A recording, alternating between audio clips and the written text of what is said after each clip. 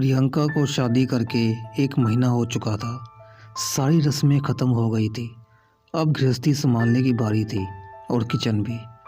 प्रियंका ने अपने मायके में ज़्यादा कुछ काम किया नहीं था, इसलिए वह रसोई घर का काम भी इतनी अच्छे से नहीं जानती थी।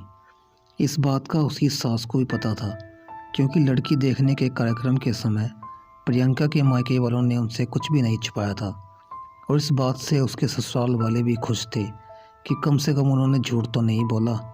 अपने बेटे के लिए प्रियंका पसंद आने की वजह से सास ने भी उसका साथ देते हुए कहा था कि चिंता मत करो, जो तुम अपनी माँ से नहीं सीख पाई वह मैं तुम्हें सिखा दूंगी। माँ ने अपनी उस कही हुई बात पर अमल करना शुरू कर दिया था। चाय, दाल और आमलेट बनाना तो वह पहले ही प्रियंका को सिखा चुकी थी। आज कोई मसालेदार सब्जी बनाना सिखा रही थी। सास ने प्रियंका को लाल मिर्च सिलबट्टे में पीसने को दी, क्योंकि वो खुद भी कई सालों से इसी तरह मसाले पीसा करती थी। प्रियंका ने जैसे ही सिलबट्टे में लाल मिर्च पीसना शुरू किया तो उसके हाथ जलने लगे और मुंह पर पसीना आने की वजह से जब उसने मुंह को छुआ तो उसका मुंह भी जलने लगा था। वो जलन के मारे हल्की हल्की सिसकियाँ ले रही थी। तभी सभी का ध्यान उसकी तरफ गया। सास ने पूछा, पहले कभी मिर्ची नहीं कूटी क्या? मिर्ची कूटते समय हमेशा दस्ताने पहन लेना चाहिए।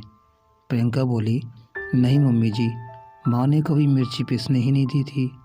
हाँ, कभी कभार धनिया और अदरक पीस लेती थी, लेकिन जब भी मिर्ची पीसने के लिए मैं मांगती तो माँ कहती कि तुम इससे दूर रहो, जलन होगी। सास बोली, ठीक है, कोई बात नहीं। अब अच्छे से हाथ और मुंह धो लो और थोड़ा घी लगा लो और साइड में जाकर बैठ जाओ, थोड़ा आराम मिलेगा। और आगे से ध्यान रखना कि हमेशा हाथ और मुंह ढककर ही मिर्ची पीसना।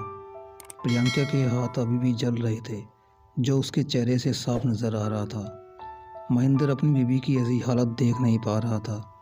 अगले दिन महेंद्र अपनी ड्यूटी ख़त्म होने के बाद बाज़ार जाकर एक मिक्सर खरीद लाया और माँ को देते हुए कहा कि माँ, यह कंपनी से गिफ्ट मिला है।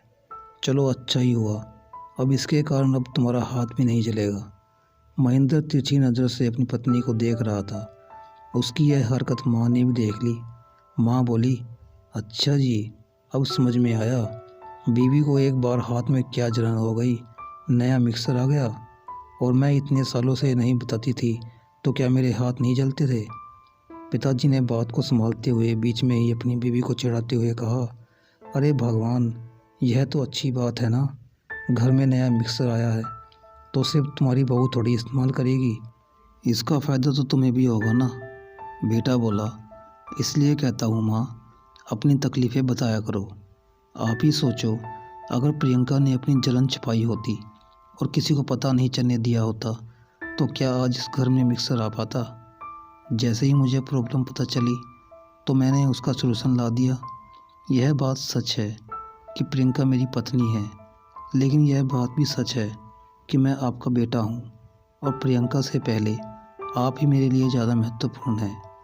अगर आपने मुझे पहले ही बता दिया होता तो मैंने तब भी इसी तरह इस समस्या का समाधान किया होता।